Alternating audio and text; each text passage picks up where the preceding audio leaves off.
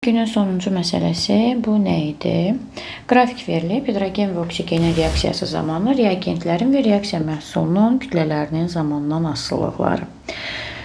Hidrogen oksigenlə tam reaksiyaya getdi və alındı su.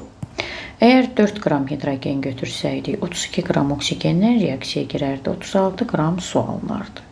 İndi təbii ki, burada azalan oksigen və hidrogendə daha çox kütlə oksigendən sərf olunursa, deməli A qram qalan oksigendir. Bu hidrogenin kütləsidir. Bu isə alınan suyun kütləsini ifadə edir. Suyun kütləsi nə ilə işarə olunub? M-lə.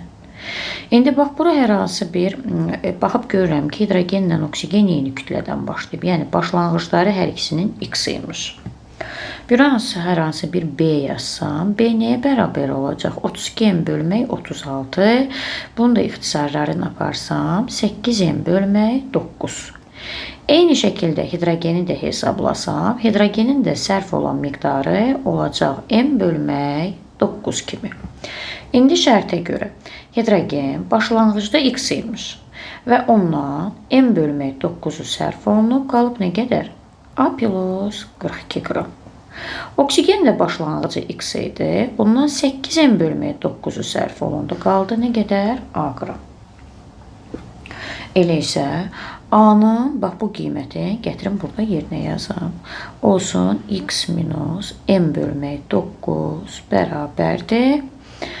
X minus 8M bölmək 9 üstə gəlmək 42. X-larımız ixtisar getdi.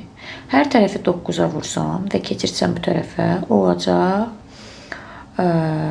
Deməli 7M bərabərdir 42 vurmaq 9. 7 ilə 42 ixtisar getsə, burada qalsa 6. M də eləyər 54. Cavabımız A variantı.